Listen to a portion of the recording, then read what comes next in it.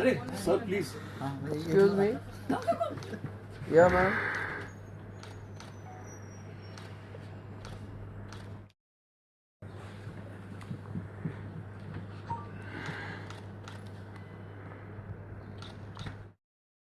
Thank you. Awan क्या क्या हो गया? आपने फिल्म देखी अभी अपनी?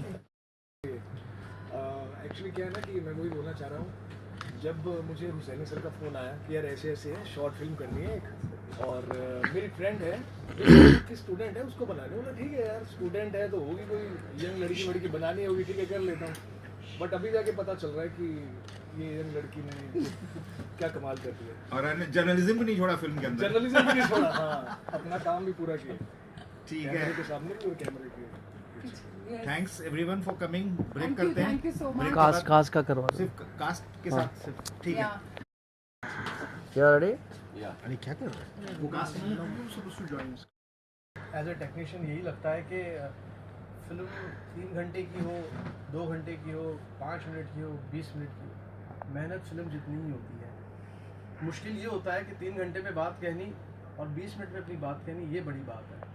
तो इनकी धाड़ आपने देखी कि हिंदुस्तान नहीं, अब तो न्यूयॉर्क में भी गूंज उठी है छोटी फिल्म को लेकर, बड़े फेस्टिवल में लगी। आप लोग और मुबारकबाद दें और हौसला बढ़ाएं, और अगली फिल्म भी जल्द करनी है।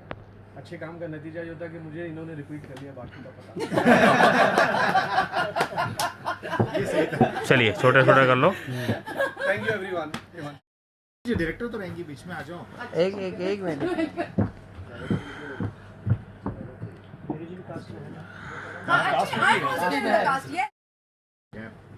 जितने क्लोज होंगे अच्छी फोटो। कम क्लोज है ना? Come close. नीरू जी, अब क्या हमारे शारिक को साइन कर दें? पक्का। Excuse me. कहाँ है लोचन? फोन नहीं लगाओ, किसके पास है फोन? फोन करके किधर हो? Excuse me. वो शिंदे साहब। No. क्या? Ma'am. Hydro boy. एक साथ नहीं, आगे पीछे Okay, एक 1, 2, 3. Bang!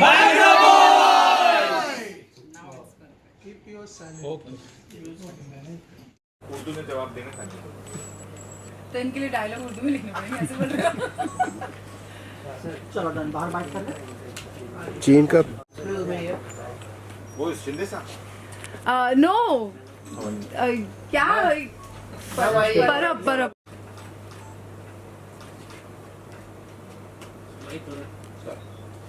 हो गया? And Sham. Yes, Sham. Dharam. He is the Rajiv Parashar, the producer, and me, the Neeru Sharma, and Avan, obviously, and Yash, and Aishwarya. Here. So, all of Lochan has it come in ना? Check करना, लोचन आया नहीं ना बाहर? नहीं बड़ी है, नहीं आया अभी?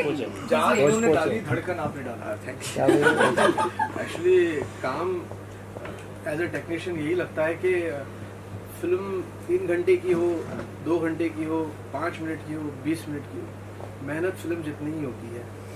मुश्किल ये होता है कि 3 घंटे में बात कहनी और 20 मिनट में अपनी बात कहनी, ये बड़ी बात है। तो इनकी धाड़ आपने देखी कि हिंदुस्तान नहीं, अब तो न्यूयॉर्क में भी गूंज उठी है छोटी फिल्म को लेकर, बड़े फेस्टिवल में लगी। आप लोग और मुबारकबाद दें और हौसला बढ़ाएं, और अगली फिल्म भी जल्द करनी है। अच्छे काम का नतीजा ये होता है कि मुझे इन्होंने रिपीट कर लिया, बाकी का पता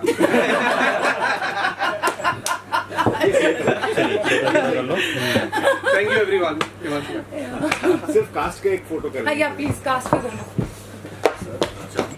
जी, बांद्रा बॉय इस फिल्म में मैं मल्हार शिंदे नाम के एक इंस्पेक्टर का रोल प्ले कर रहा हूँ, और वो एक नेगेटिव शेड का कैरेक्टर है, और इस फिल्म में वो कैरेक्टर क्या क्या उधम मचाता है, ये आपको फिल्म देखने के बाद ही पता चलेगा। नीरू जी बहुत टाइम डायरेक्ट करी, उन्होंने फिल्म लिखी भी है, पहले जलन की फिल्म है, तो उनके साथ कैसा लगा काम करके आपको? ऐसा लगा ही नहीं कि वो उनकी पहली फिल्म थी। मतलब जर्नलिज्म के बाद शी गॉट इनटू डायरेक्शन, तो जो सेट पर एक माहौल था वो एकदम प्रोफेशनल था। उनको पता था कि मुझे क्या करना है, मुझे कौन से सीन के बाद क्या करना है, मेरी कहानी कैसे जा रही है, मेरे कैरेक्टर्स क्या बोल रहे हैं, कैसा बोल रहे हैं। She was very much aware about it, she was very much aware about the story. तो एक बहुत ही अच्छा एक्सपीरियंस था, मतलब बहुत बढ़िया एक्सपीरियंस था बांद्रा बॉय मेरे लिए। जैसे आपने राहुल अपने बारे में कुछ बताइए कि आपने इसके पहले क्या किया।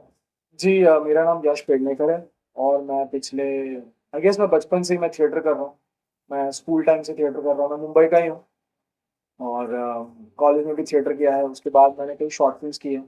एक मराठी फीचर फिल्म की है, एक हिंदी फीचर फिल्म की है जो फेस्टिवल्स में जा रही है, घूम रही है।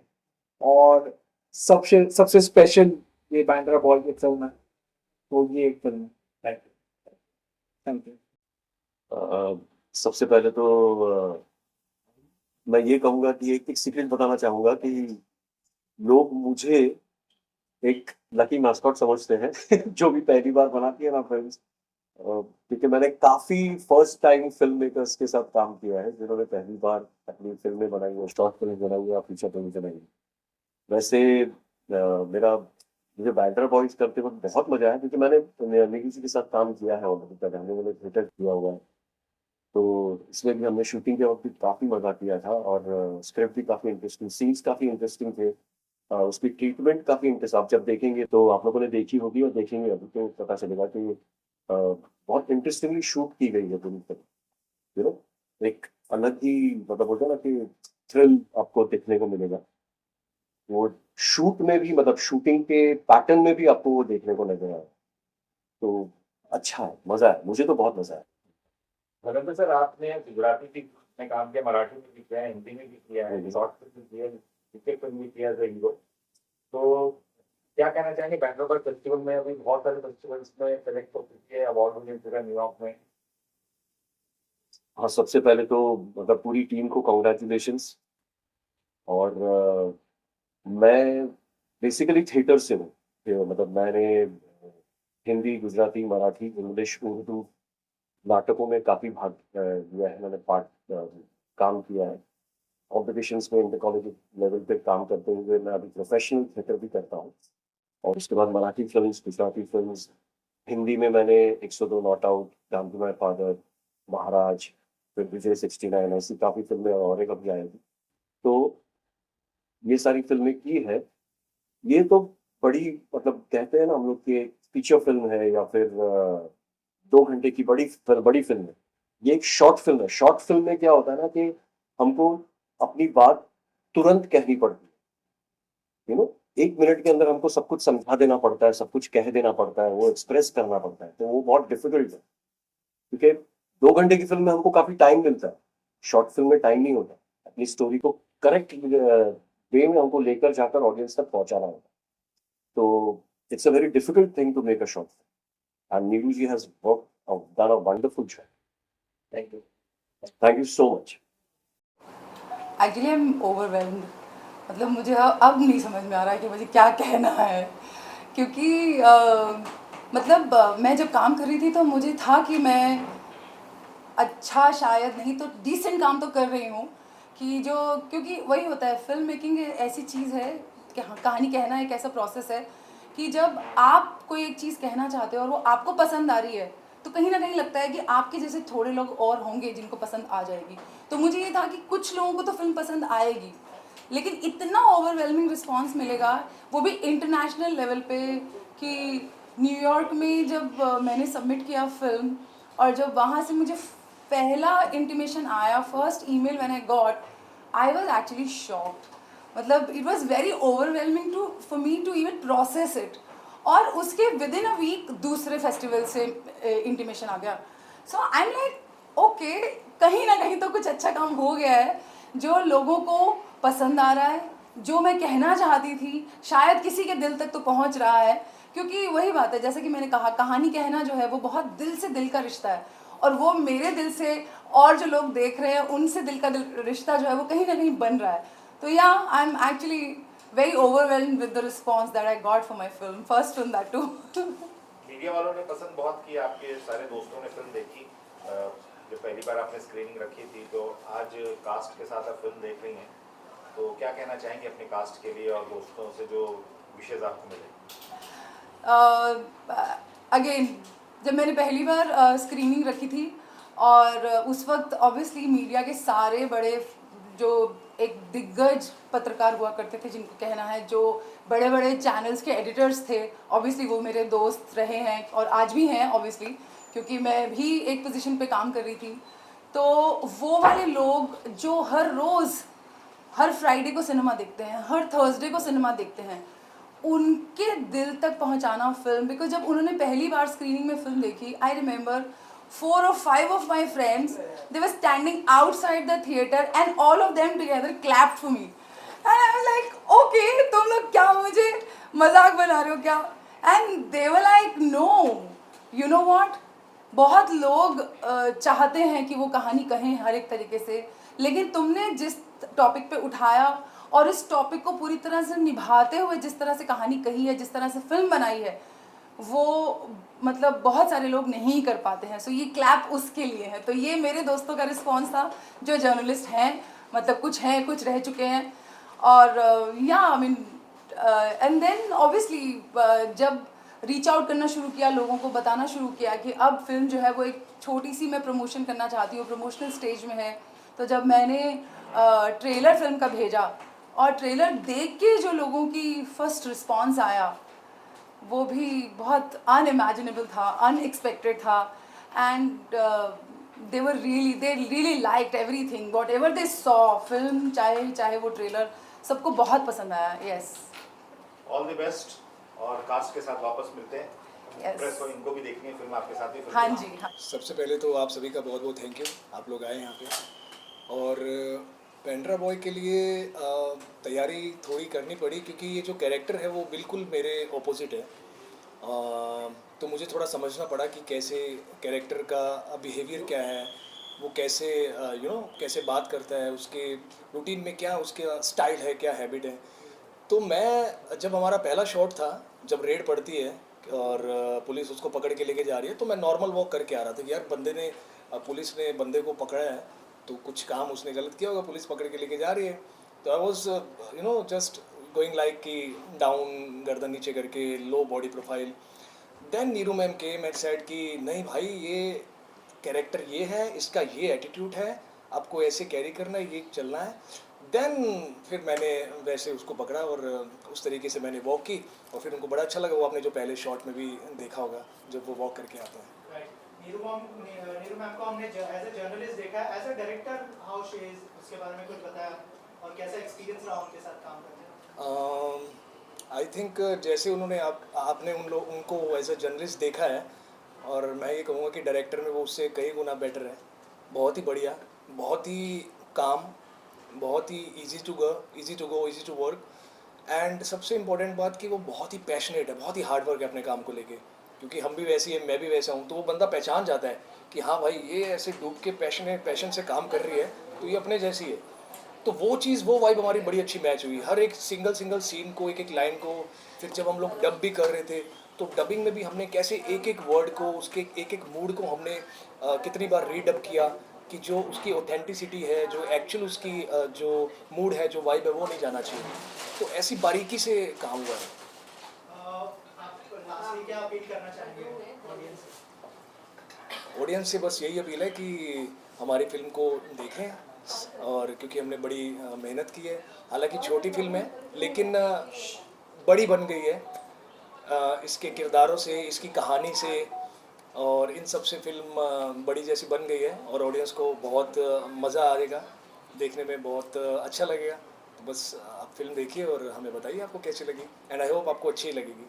Thank you so much and all the best. Thank you. Okay, so मेरा कैरेक्टर है प्रेरणा, जो कि ओबेरॉय फैमिली की बहुत ही close, confident, also professionally and personally as well.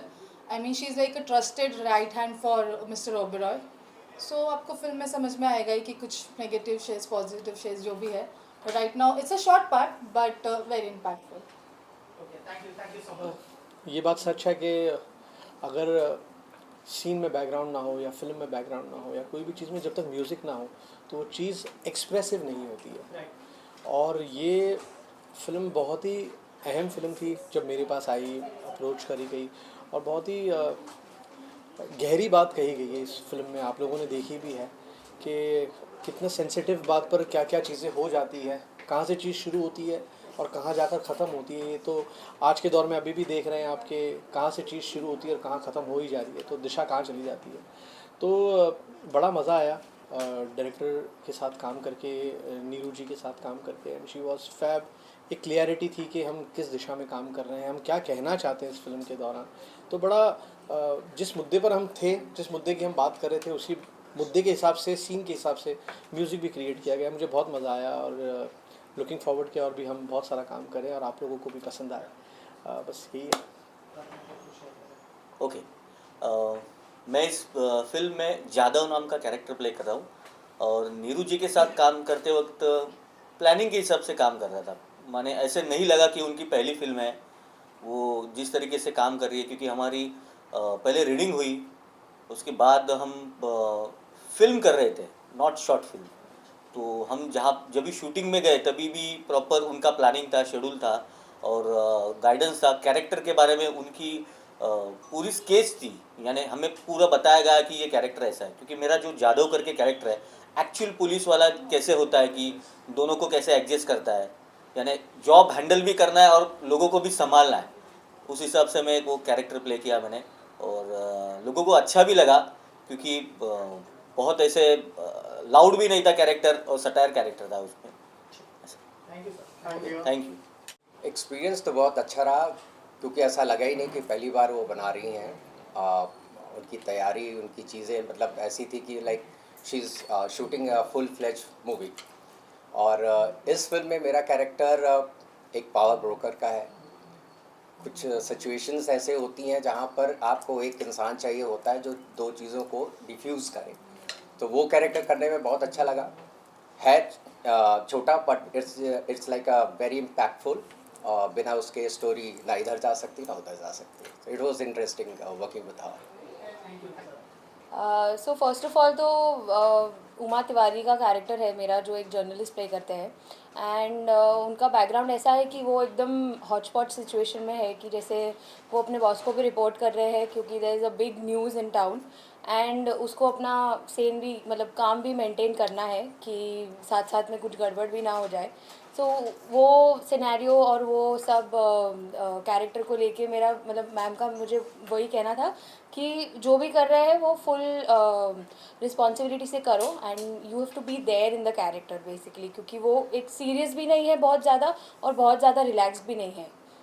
Journalism की ऐसी कोई टिप्स शेयर की आपके साथ में?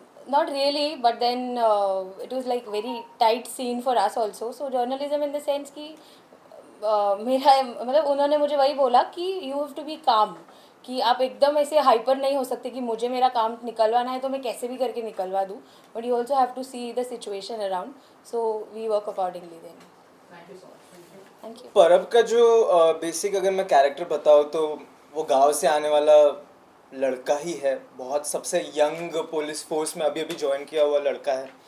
तो उसके हिसाब से अगर देखा जाए तो उसके दिमाग में अभी दुनिया बहुत वाइट और ब्लैक में है मेरे हिसाब से। That's what my interpretation was कि वो एक प्रीकंसीव नोशन लेके चला था कि जस्टिस चीज़ें या फिर फेयरनेस इन द सोसाइटी, ये सारी एक सीधी रेख में सफ़ेद और काला, ये दो डिफरेंट तरीके से होती है।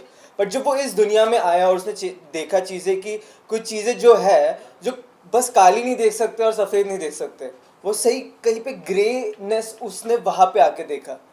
एक जस्टिस सिस्टम जिस तरह वर्क करता है, जिस तरह चीज़ें मिस इंटरप्रेट होती है, प्रीकंसीव नोशन होता है इन सारी चीज़ों के बारे में, वो बहुत बड़ी चीज़ थी मेरे लिए उस कैरेक्टर के थ्रू समझना। तो मैम जिस बैकग्राउंड से आती है, इतना टाइम का उनका ऑलमोस्ट 20 इयर्स का उनका करियर रहा है, उन्होंने बहुत बारीकी से और पास से इन सारी चीज़ों को देखा है। तो जब उन्होंने मुझे इन चीज़ों के बारे में समझाया तो मैं समझा कि एक लड़का जो अभी अभी फोर्स ज्वाइन किया है, वो थिंक्स कि मैं दुनिया में चीज़ें अच्छी करना चाहता हूँ और समवेयर सिस्टम भी करना चाहता है, बट हमेशा वो पॉसिबल करना कैसे डिफ़िकल्ट हो जाता है, कैसे चीज़ें सिस्टम में आती है और दिक्कतें पैदा करती है, वो सारी चीज़ें एक्सप्लोर करने में मज़ा आया।